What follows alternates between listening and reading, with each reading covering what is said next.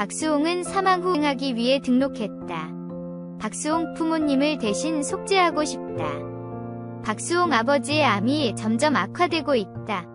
박수홍 아버지는 얼마나 더 살 수인가? 서울서부지법은 지난 13일 박수홍의 친형을 횡령 혐의로 구속했으며 경찰은 현재까지 박수홍 친형에 대한 추가 증거물과 기타 범행을 수사하고 있습니다. 박수홍의 친형은 지난 30년간 박수홍과의 계약서에 명시된 요금을 제대로 내지 않고 116억 원에 달하는 금품을 횡령했습니다. 하지만 경찰이 입수한 일부 증거자료에 따르면 박수홍 친형이 횡령한 금액은 116억 원에 그치지 않았습니다.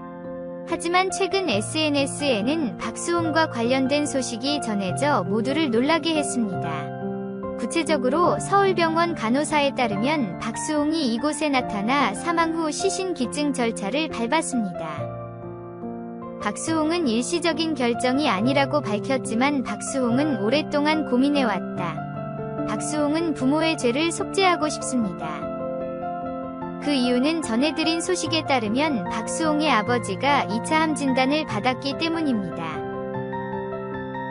그리고 조사 결과 박수홍의 아버지는 식도암 2기 판정을 받고 현재까지 적극적인 의사의 치료를 받고 있습니다. 의사들도 박수홍 씨와 가족들이 이 병이 완치될 수 있다고 희망을 버리지 않기를 바랍니다. 현재 박수홍은 아버지를 돌보기 위해 일을 정리하고 병원에 입원해 있습니다. 박수홍의 효심은 대중들로부터 많은 찬사를 받았습니다. 박수홍의 다른 정보. 악마의 집구석에서 박수홍이 어떻게 이용당했나요? 박수홍 처음으로 이에 대한 이야기를 나눴다. 모두 충격을 받은 이유? 정말 무섭다. 박수홍이 천사다. 오늘은 박수홍이 자신이 이용당한 것에 대한 목소리를 냈으며 사람들이 충격을 받았다. 박수홍은 이용을 당했을 때 마음이 속상했지만 형제라서 많이 양보를 했다. 그러나 갈수록 친형과 형수의 욕심이 더 켜졌다고 소감을 전했다. 부모님까지 친형의 편에 들었으니 저항력이 하나도 없었다고 한다.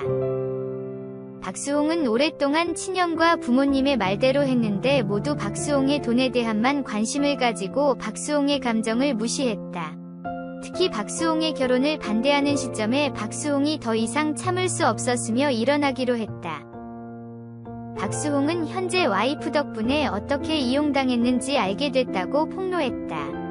박수홍이 정말 불쌍한 사람이다. 악마의 집 구석에서 지내고 혼자서 외롭고 힘들고. 사람들은 이런 이야기가 영화에서 나오는 이야기일 줄 알았는데 너무 무섭다고 했다.